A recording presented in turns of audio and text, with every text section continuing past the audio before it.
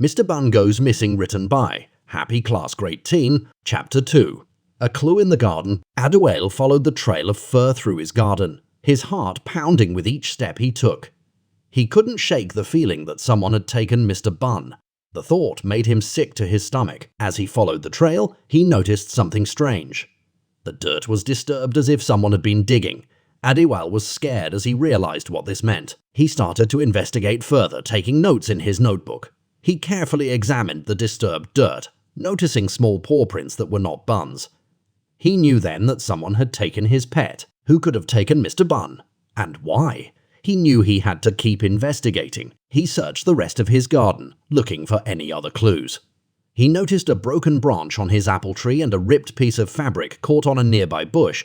Adewale realized that whoever had taken Mr Bun had climbed the tree and escaped over the fence. He took a deep breath and closed his notebook, realizing he needed to find Mr Bun before it was too late. He knew he couldn't do this alone, so he decided to enlist the help of his friends and neighbors. Adewale went door to door, explaining the situation and asking if anyone had seen anything suspicious. His search led him to a young girl, who told him she had seen a man with a rabbit in his arms walking down the street earlier that day, with renewed hope. He asked the girl to describe the man, and she told him he was tall with dark hair and a scar on his cheek. Adewale thanked the girl and took note of the description in his notebook. As he walked away, he couldn't shake the feeling that he was getting closer to finding Mr Bun. He knew he had to keep pushing forward, no matter how difficult the search might be. He started looking at people's faces to notice a scar on their cheek based on the description of the little girl. Suddenly his eyes caught a suspicious man. He was tall and had dark hair.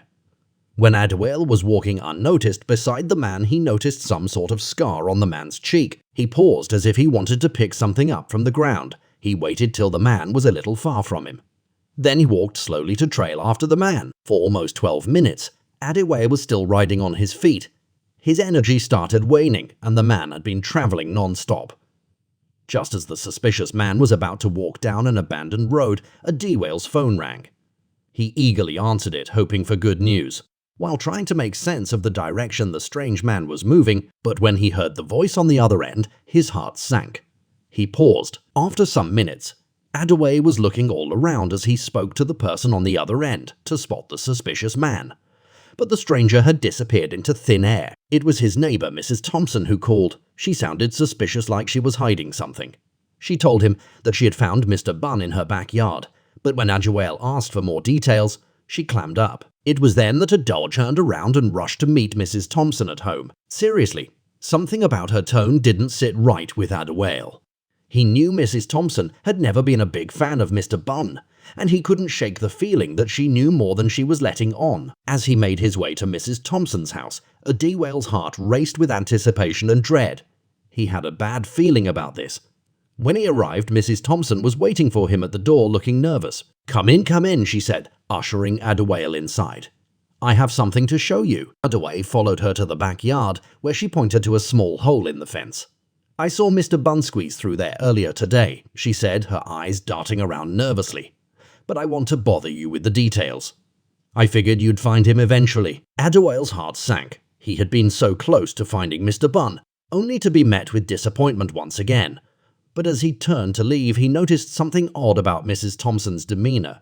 She was still looking around nervously, like she was hiding something. That's when he saw it. A tuft of white fur caught on a branch near the fence. It looked like it belonged to Mr Bun. Adewale's heart leapt with excitement. Could it be possible that Mrs Thompson was lying to him? He had to find out. As he made his way back home, Adewale couldn't shake the feeling that something wasn't right. He knew he had to keep investigating to find out what Mrs Thompson was hiding. Though the interrupted call might seem to be a false alarm and his heart might have sunk with disappointment and frustration, something clicked in him that all the incidents would turn out to be his biggest clue. What's most important, he had lost the suspicious man with a scar, and he needed to find Mr Bun once and for all.